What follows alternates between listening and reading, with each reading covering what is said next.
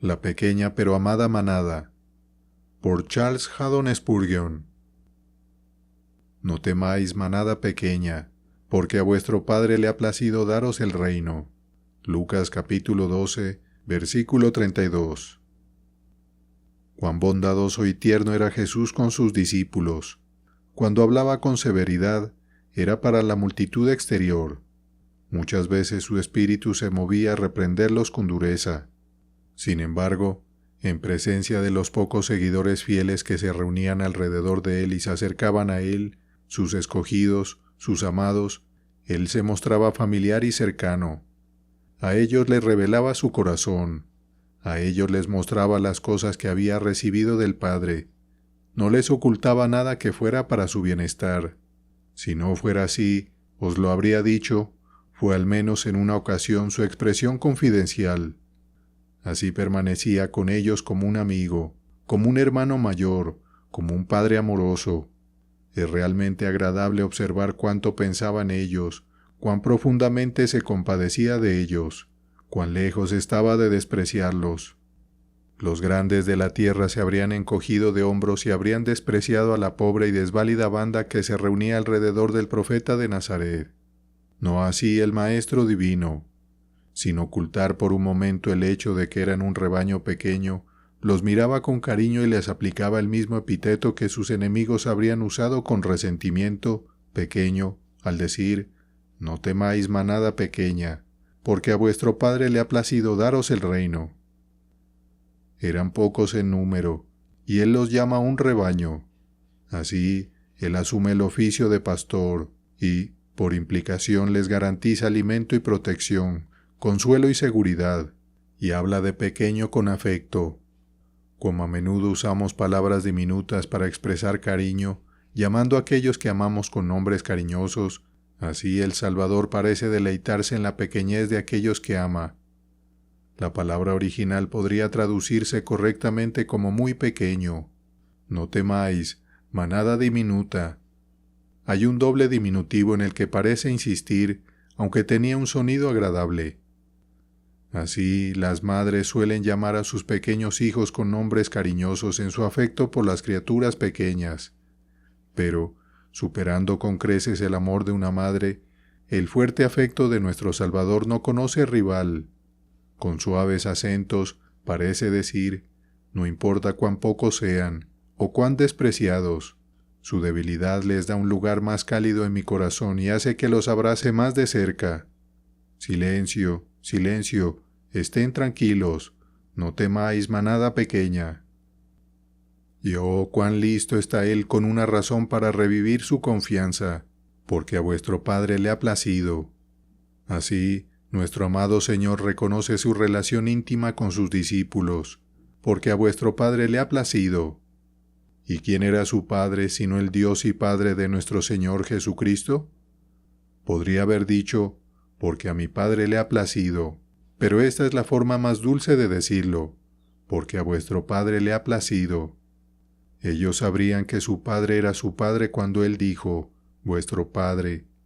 Pero si hubiera dicho mi Padre, quizás no habrían recordado tan rápidamente que Él también era su Padre, o, al reflexionar, podrían haber tenido alguna duda al respecto. Lo que hace, por tanto, es, en efecto, llamarse a sí mismo su hermano, porque si su padre es su padre, entonces él mismo debe ser su hermano. Son parientes cercanos, se pone al mismo nivel que ellos al hablar así. De inmediato los eleva a sí mismos mientras él desciende a ellos, porque a vuestro Padre le ha placido daros el reino. ¿No debió ser delicioso estar en términos tan amistosos con el bendito Señor de la vida cuando estuvo encarnado aquí en la tierra, poder decir con Juan, el Verbo fue hecho carne, y habitó entre nosotros, y vimos su gloria, la gloria como del unigénito del Padre, lleno de gracia y de verdad? No es que tengamos necesidad de lamentarnos porque no tenemos ese privilegio, pues tenemos uno mayor, ya que Jesús dijo, «Os conviene que yo me vaya, porque si no me fuera, el Consolador no vendría a vosotros». Por tanto, fue mejor para nosotros que Jesús se fuera, para que pudiéramos tener la presencia permanente del Espíritu Santo. no solo morando con nosotros, sino también en nosotros. Oh, que pudiéramos experimentar y disfrutar la presencia del Consolador en este momento. Sería malo para nosotros perder la compañía del Salvador sin tener el consuelo del Espíritu. Estar sin la presencia corporal del Señor y sin la presencia espiritual del Espíritu Santo sería una doble pérdida. Más bien, regocijémonos de que Él está en nosotros y estará con nosotros para siempre. En la presencia del Consolador tenemos un grado más alto de comunión con Dios que incluso en la sociedad consoladora del Hijo del Hombre. Él se ha ido de nosotros, pero nos ha dejado las palabras de su consuelo para animarnos. En el poder del Espíritu Santo, entonces, hablemos unos con otros acerca de estas palabras. No temáis, manada pequeña, porque a vuestro Padre le ha placido daros el reino. Nuestra atención se dirige aquí, primero, a una manada pequeña y un gran pastor, y luego a un gran temor. ¿Qué tal si digo una variedad de temores y un consuelo aún mayor? Primero, era una manada pequeña, a la que el Salvador se dirigió. ¿Quiso decir, al designarlos así, que eran pocos en número? El ministerio de nuestro Salvador, en cuanto a conversiones, estuvo lejos de ser prolífico en sus resultados inmediatos. El celo del gran predicador contrastaba dolorosamente con la apatía de los oyentes. El profeta había previsto la neblina que cubriría la atmósfera mental. ¿Quién ha creído a nuestro informe?, exclamó. Cuán pocos de Israel se reunieron con él como fruto de palabras como nunca un hombre habló, y obras como solo Dios hizo. No se registra de nuestro Salvador que haya predicado un sermón en el que 3,000 se convirtieran. Él dejó eso a uno de sus siervos, como si quisiera cumplir esa palabra: cosas mayores que éstas haréis, porque yo voy al Padre. Él pondría ese honor en sus siervos y tomaría la decepción, como lo hizo con la vergüenza y el sufrimiento para sí mismo. Así es siempre su manera amorosa. Él tomará el lado frío de la colina y la parte más dura de la batalla para sí mismo. Si hay un camino más suave que tomar, u honores más altos que ganar, Él se los dará a sus siervos. Sus conversos fueron pocos, eran una manada pequeña. Algunos de ustedes pueden estar en lugares donde hay pocos creyentes reunidos. La congregación parece escasa. No se desanimen, les ruego. Ciertamente pueden adorar a Dios en sinceridad y verdad, aunque les falte la emoción de una multitud. Quizás viven donde hay tan pocos que apenas pueden reunir una congregación. ¿Por qué pensar que se les niega el privilegio de comunión con Cristo porque solo hay 1 o 2 reunidos en su nombre? Algunos de los días más felices que los creyentes han conocido han sido a solas con Cristo. Las manifestaciones más ricas del amor de Cristo se han revelado a los 2 o 3 y a las pequeñas reuniones familiares. Él ha cumplido su palabra al pie de la letra. Donde están 2 o 3 congregados en mi nombre, allí estoy yo en medio de ellos.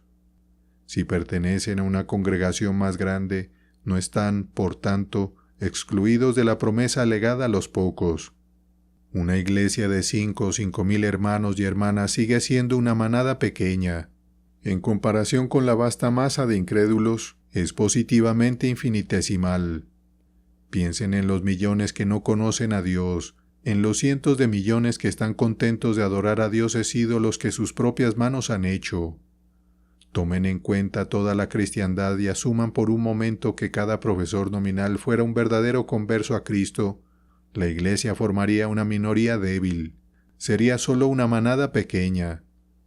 Aunque llegara el día en que el Señor nos multiplique y nos aumente grandemente en la tierra más allá de todo cálculo presente, hasta esta hora la iglesia de Dios es solo una manada pequeña, y esto a veces es una excusa para la desconfianza y una causa de temor. No solo en su número eran pequeños los seguidores inmediatos de nuestro Señor. No representaba mucha riqueza de este mundo.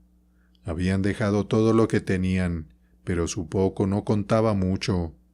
Un par de barcas en el lago, algunas redes, un poco de equipo de pesca y algunas cosas más. Seguro que no era mucho lo que dejaron. Su capital y sus ingresos eran igualmente limitados. Su tesoro nunca llevaba una bolsa pesada, aunque se aseguraba de ayudarse con su contenido. Los discípulos de Jesús eran pobres, muy pobres.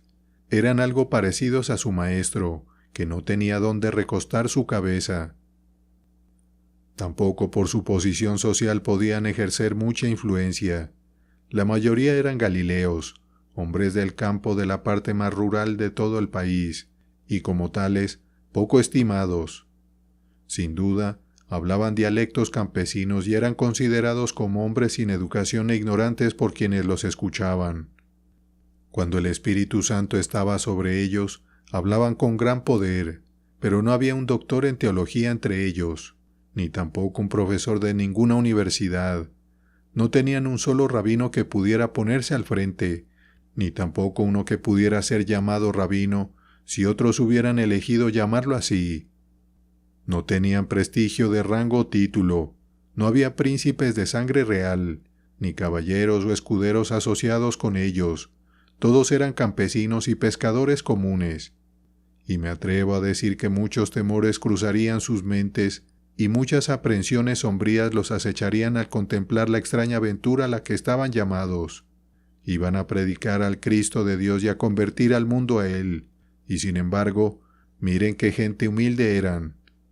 Si hubieran sido educados en las escuelas de los filósofos, si hubieran sido reyes o príncipes, si hubieran tenido la riqueza de Creso a su disposición, podrían haber dicho, podemos hacer algo, pero la pobreza, la ignorancia y la oscuridad se combinaron para hacerlos parecer pequeños a los ojos de sus semejantes. Por eso, el Salvador dice, no temáis, manada pequeña. Contra todas las circunstancias adversas, está la promesa real. Estén seguros de esto. El reino de Dios es suyo y ganarán la batalla. Su Padre en el cielo puede prescindir de la dignidad, la riqueza y el aprendizaje de este mundo. Él ha resuelto darles el reino, así que ciertamente lo tendrán. Así, la Iglesia de Dios no ha mejorado mucho en estos aspectos. La aristocracia de la época y las celebridades del momento, aquellos que ocupan lugares altos en la moda o en el talento, miran con desprecio a los seguidores de Jesús. No nos sentimos avergonzados. Sabemos muy bien que no somos muchos hombres grandes según la carne, no muchos poderosos son escogidos. Aún así, Dios ha escogido a los pobres de este mundo. Aunque sean mansos y humildes, Él los enriquece con los dones de su reino. La Iglesia en su conjunto, como sus miembros individuales, es pequeña en número y en influencia, un pequeño rebaño. Y hay otra pequeñez que es común entre los seguidores de Cristo. Son muy pequeños en asuntos de gracia. Piensan y saben que son pequeños. Los más grandes entre ellos generalmente se consideran los más pequeños. Uno que no era inferior a los principales apóstoles se consideraba indigno de ser llamado apóstol. Tal era su sentido de indignidad. Los hijos del Señor se consideran pequeños y de poco valor. Pero en cuanto a la edad, el crecimiento y la experiencia, algunos de ellos son pequeños, muy pequeños. Han nacido de nuevo recientemente. Son niños en la gracia. Jesús se refería a ellos cuando dijo, no temáis, manada pequeña, porque a vuestro Padre le ha placido daros el reino. Sí, a ustedes que son hijos e hijas recién nacidos, algunos también son pequeños, no tanto porque se han convertido recientemente, sino porque han progresado lentamente. Tienen un espíritu desalentado y su fe es muy débil. Quizás no han caminado con Dios como deberían, y aunque tengan poco amor, poca esperanza, poca alegría, poca utilidad y poca santidad, en comparación con lo que deberían tener, si son creyentes, si son las ovejas que escuchan la voz de Cristo, conocen a su pastor y lo siguen. Incluso a ellos Él les dice, no temáis, manada pequeña, porque a vuestro Padre le ha placido daros el reino. Él no los destruirá porque no sean lo que deberían ser en cuanto a sus logros. ¿Qué importa si son como una mecha que humea cuando deberían ser una luz que arde y brilla? Él no los apagará. Aunque sean una caña quebrada en la música cuando deberían ser un órgano completo, derramando volúmenes de alabanza, Él no los quebrará, sino que hará algo de ustedes todavía. Aunque tengan tan poca fe que no sepan si la tienen o no, Él lo sabe. Una gota de agua es tan agua como todo el volumen del agua del mar, y una partícula de gracia es tan verdaderamente gracia como la gran reserva de gracia guardada en el pacto eterno. Un diamante tan pequeño como la cabeza de un alfiler es tan diamante como un coinor. Así la fe más pequeña, aunque sea como un grano de mostaza, es fe que puede mover montañas. Jesús sabía esto, por eso habló con consuelo a aquellos que todavía son pequeños. No temáis, ustedes débiles y temblorosos. A vuestro Padre le ha placido daros el reino. Vuestra debilidad no testificará en contra de ustedes. ¿No es esto muy precioso, que aunque el rebaño sea pequeño, el gran pastor les habla con tanta bondad? No temáis, manada pequeña, dice él. Cómo su grandeza debió haberlos impactado al hablarles así. Lo miraron y vieron que él no era pequeño. Se había hecho como ellos en pobreza y oscuridad, pero aún había una divinidad en su carácter que no podía ser eclipsada. No era pequeño en su nacimiento. ¿Dónde está, preguntaron los sabios de Oriente, el que ha nacido rey de los judíos? Mateo 2, versículo 2. Tampoco era pequeño en su sabiduría, pues a los 12 años los doctores en el templo se asombraron de su entendimiento y respuestas. No era pequeño en su poder. ¿No enseñaba como quien tiene autoridad? ¿No sanaba toda clase de enfermedades como si ningún síntoma pudiera frustrar su habilidad o resistir su mandato? ¿No era pequeño en su influencia sobre los corazones de los hombres? Podía cambiar su corriente como ríos de agua hacia donde él quisiera. Tenían un gran pastor. Él podía protegerlos, proveer para ellos, guiarlos, darles la victoria y llevarlos al descanso que les había prometido. En este momento siento como si el Maestro estuviera entre nosotros y nosotros fuéramos el pequeño rebaño, conscientes de que no podemos hacer nada, idear nada, desarrollar nada aparte de Él. ¿Hay grandes destinos ante nosotros? ¿El mundo será convertido? Seguramente somos las últimas personas que podrían lograrlo. Su presencia es nuestro aliento. Mirando aquí y viéndolo de pie en medio de nosotros, cerca de estos emblemas de su cuerpo y sangre, escuchamos su voz diciendo: «Toda potestad me es dada en el cielo y en la tierra. Por tanto, id y haced discípulos a todas las naciones, bautizándolos en el nombre del Padre y del Hijo y del Espíritu Santo». Mateo 28, versículos 18 al 19. He aquí al Cristo bautizado dando a sus discípulos bautizados su propia comisión. Id por todo el mundo y predicad el Evangelio a toda criatura. Marcos 16, versículo 15. Además, Él les concede su propia autoridad. El que creyere y fuere bautizado será salvo, mas el que no creyere será condenado. Marcos 16, versículo 16. Él es el comandante en jefe de la pequeña compañía de inconformes con la religión del mundo, el líder de la pequeña banda de aquellos que desean seguir al Cordero donde quiera que Él vaya, el Señor y Maestro de todos los que abrazan su cruz, se regocijan en su nombre y no se avergüenzan de llevar su reproche en medio de una generación torcida y perversa. El Señor conceda que la dulzura de estas palabras llegue al corazón de todos ustedes que son el pueblo de su pasto y las ovejas de su mano. Volvamos nuestra atención a... Segundo, el gran temor y el gran consuelo implicados en nuestro texto. No temáis, manada pequeña, porque a vuestro Padre le ha placido daros el reino.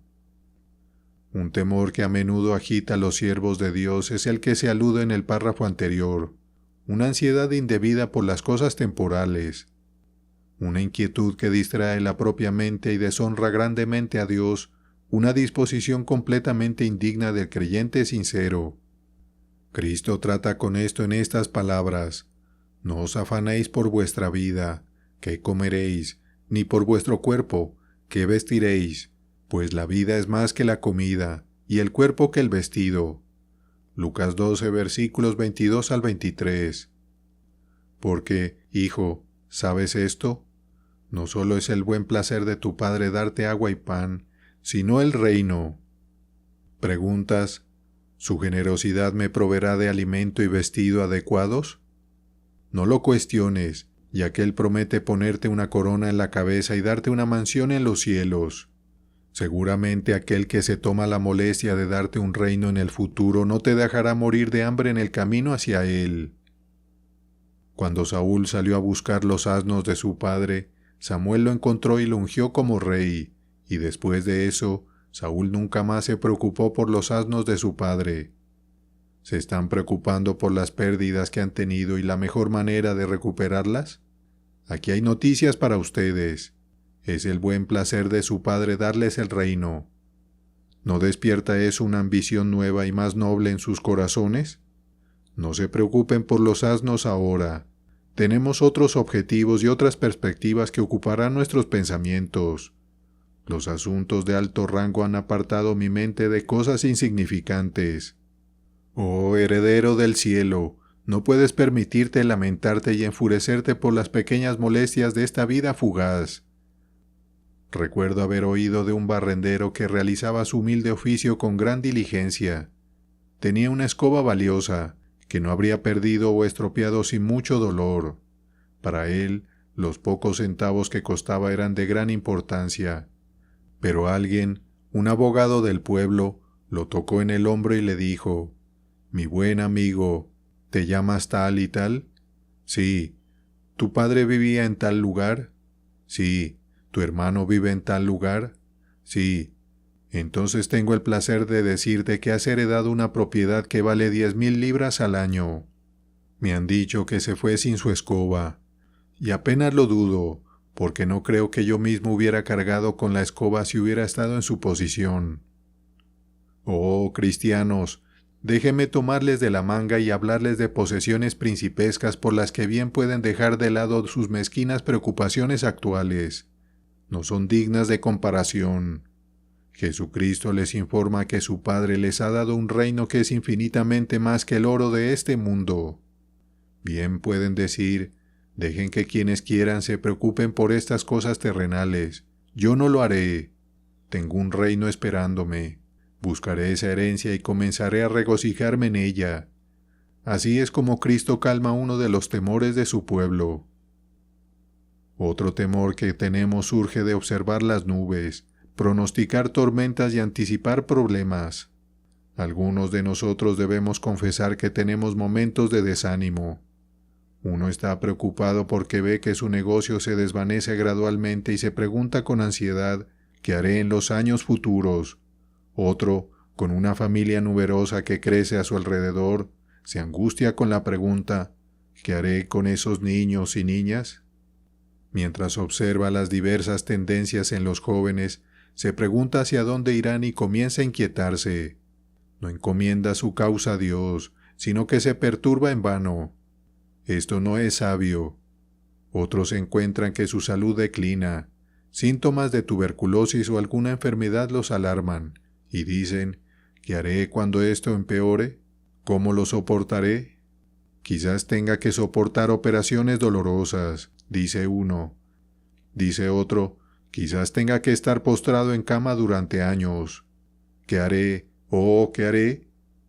Nuestro Señor Jesucristo les aconseja qué hacer. Él dice: no se turbe su corazón, no teman. ¿No han encontrado hasta ahora que Dios los ha ayudado y socorrido en cada situación difícil? ¿Han sido lo suficientemente necios como para temer 1000 males sombríos que nunca sucedieron y que solo destruyeron su paz en sus sueños, como niños en una niebla, ante cuyos ojos parece surgir enormes monstruos, hasta que se acercan a los objetos de su temor y encuentran que no son espantos monstruosos, sino amigos modestos que vienen a saludarlos? A menudo han sido víctimas de su propia credulidad en el pasado, engañados por sus temores. ¿No podría ser lo mismo en el dilema al que a su imaginación sombría apunta ahora? Esto lo sé: cuando estamos en nuestro sano juicio, encomendamos nuestras preocupaciones a Dios. Que el Señor haga con nosotros lo que Él quiera. Él nunca será cruel con nosotros. Él siempre ha sido nuestro amigo, nunca será nuestro enemigo. Nunca nos pondrá en el horno a menos que tenga la intención de purgar la escoria de nosotros. Tampoco habrá un grado más de calor en ese horno de lo absolutamente necesario. Siempre habrá misericordia para equilibrar la miseria y fuerza suministrada para soportar la carga que hay que llevar.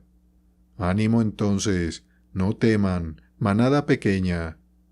Por el momento, al menos, sacudamos todos estos temores y deleitémonos en el buen placer de nuestro Padre de darnos el reino. El camino puede ser áspero, pero el final será seguro. Vamos al reino. Cuando traen a una princesa extranjera a este país para casarse con un príncipe, el barco puede ser sacudido por el mar y la tempestad rugir con furia, pero sin duda la novena diría: puedo soportar este ligero inconveniente con ecuanimidad. Estoy en camino a ser hecha reina. Hoy estamos a bordo de un barco. Vamos a una tierra donde todos seremos príncipes y reyes. Todos los que creemos en Jesús, vamos, animémonos. ¿Qué importa si el alojamiento es escaso, el viaje áspero y el viento tempestuoso? Hay un reino en perspectiva, así que hagamos lo mejor del viaje. No se desanimen ustedes mismos, sino que ayuden a otros a estar alegres. Con una peregrinación, más que un viaje en mente, nuestro cantor sagrado ha ayudado a nuestra alegría en su himno cuando canta: con una alforja en mi espalda y un bastón en mi mano, marcho apresurado por la tierra del enemigo. El camino puede ser áspero, pero no puede ser largo, así que lo suavizaré con esperanza y lo alegraré con canto. Y en algún lugar de esta congregación, creo que puedo escuchar la voz ronca de un creyente desanimado que dice: no estoy preocupado por las cosas mundanas, no estoy angustiado por ninguna prueba que pueda o no pueda sucederme aquí abajo. Tengo un temor peor que me atormenta. Mi terror es más terrible, si al final no estoy en Cristo. El temor de no haber creído realmente en Jesús, de no haber experimentado un arrepentimiento salvador, de no haber asido la vida eterna me distrae. Bueno, la precaución es mejor que la presunción. Es mejor ir temiendo al cielo que ir presumiendo al infierno. Preferiría estar atormentado por temores toda mi vida y sin embargo ser encontrado al final, cuando todas las sombras huyan, entre aquellos que son el deleite de Dios, que estar inflamado con una confianza intrépida todos mis días, pero desengañado al final cuando la luz irrumpa y ser dejado en horror solitario, víctima de la desesperación. Dime ahora, querido amigo, ¿qué es lo que temes? ¿Temes el infierno? Déjame hacerte otra pregunta. ¿Temes al pecado? Si temes al pecado, el Señor se complace en ti. El Señor se complace en los que le temen y en los que esperan en su misericordia. Tus dudas son muy dolorosas de soportar, sin duda, pero a pesar de la angustia que causan, no destruirán tu alma. Dudar, como un dolor de muelas, es más distraído que peligroso. Nunca he oído que haya sido fatal para nadie. Hay fluidos en el cuerpo que sirven como válvulas de seguridad para la constitución. Evitan males peores.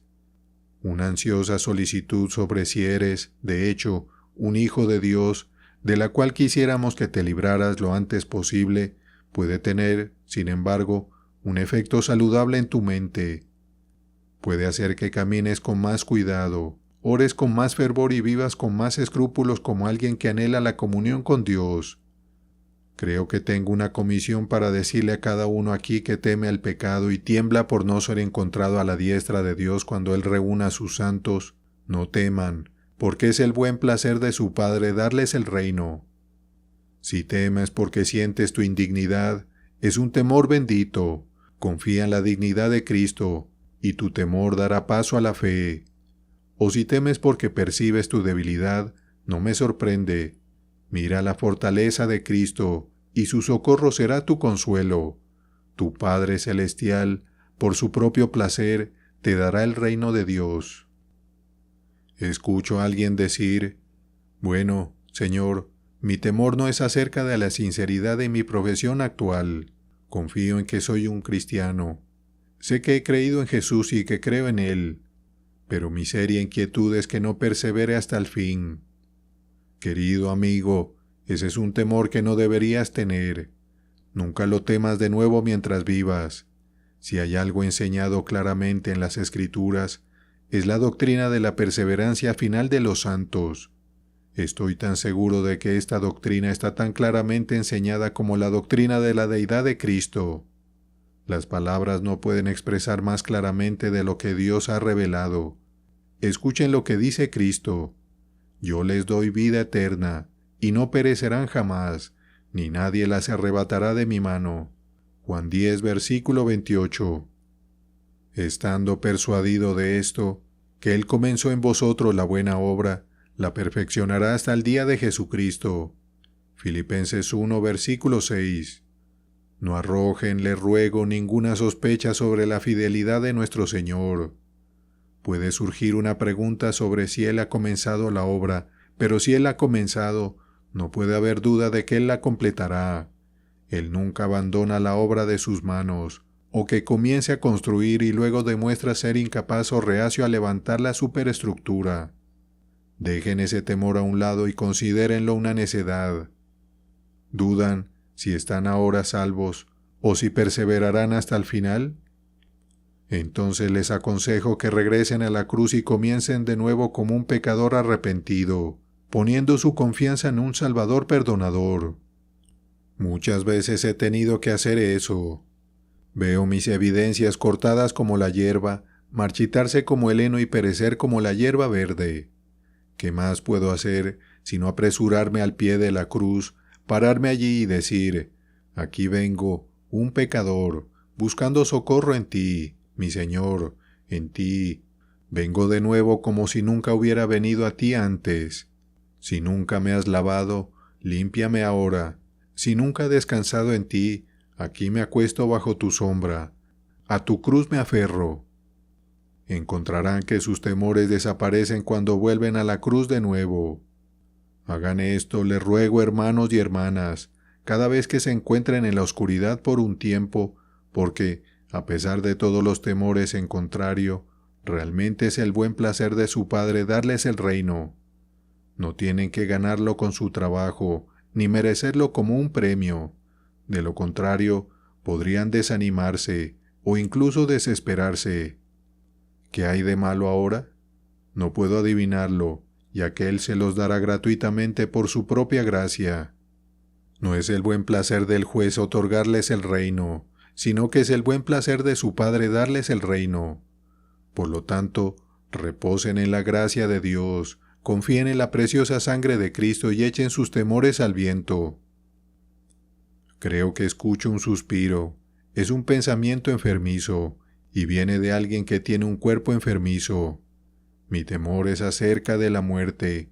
¿Cómo soportaré la última hora terrible de la partida de la vida? ¿Podré mantenerme firme en la debilidad de esa agonía mortal? Quizás después de todo me hundiré como alguien que es vencido en la batalla. Querido hermano, hay un peligro más peligroso que la muerte. ¿Qué es eso? ¿Preguntas? Respondo: la vida, vivir bien. Ahí está el punto, vivir bien. Si tienes éxito en esto, encontrarás que morir no es más que cerrar la historia de tu vida. Que tu principal cuidado sea correr la carrera con honor, entonces terminarás tu curso con alegría. Puedes dejar el morir para cuando llegue el momento de morir, si te ocupas de vivir mientras dure el tiempo de vivir. Hay un tipo de gracia del que no tenemos necesidad inmediata hoy. Es la gracia para morir. No requeriremos el socorro oportuno hasta que el momento de nuestra partida esté cerca. O si lo pedimos, no lo tendremos. Algunos de ustedes se ponen en su lecho de muerte en su imaginación para anticipar los terrores que su fantasía pinta. Está haciendo algo muy tonto. No pueden saber qué tipo de llamado recibirán para dejar su tabernáculo carnal, qué dolores agudos tendrán que soportar, o qué dulce consuelo puede ser provisto para animar su espíritu cuando el corazón y la carne fallen.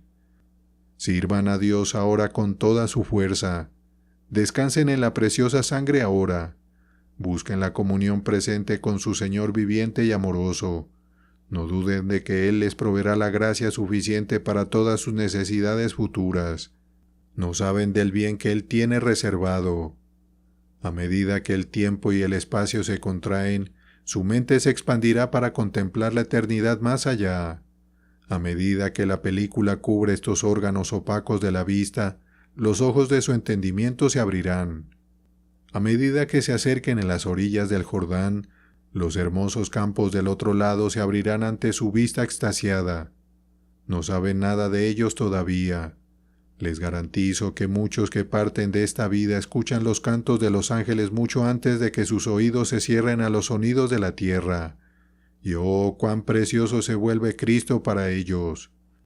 Hemos visto el rubor de la gloria en sus rostros.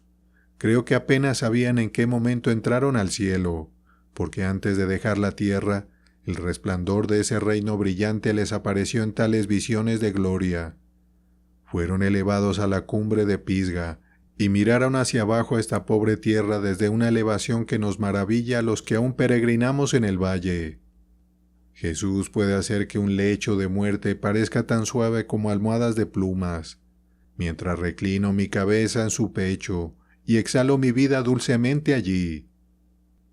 Porque algunos de nosotros hemos conocido creyentes que, después de temblar todos sus días, triunfaron en sus últimas horas. En la plenitud de su fuerza se asustaban de un ratón, pero en la extremidad de su debilidad se volvieron tan fuertes que podían enfrentar a una legión de enemigos. Nada podía desanimarlos. El Señor temeroso, que tropezaba con una paja y decía que nunca llegaría a la ciudad celestial, fue el mismo hombre que murió como un gigante cantando y gritando con todas sus fuerzas. A Dios le place dejar que algunos de sus siervos vivan en la oscuridad y mueran en la luz. Creo que algunos de nosotros tenemos nuestra vela encendida en un turno de la noche, otros en otro.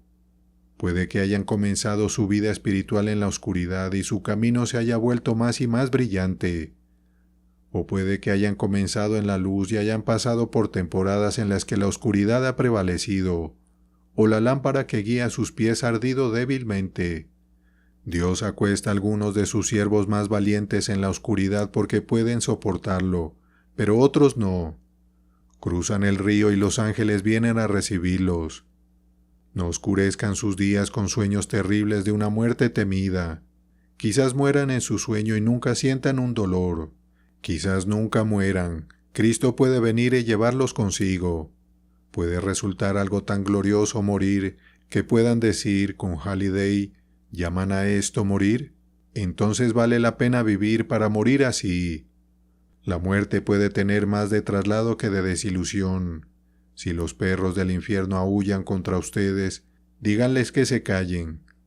El buen placer de su Padre no será frustrado, sus hermosas perspectivas no serán defraudadas. ¿Les acusa la conciencia de tropiezos y caídas?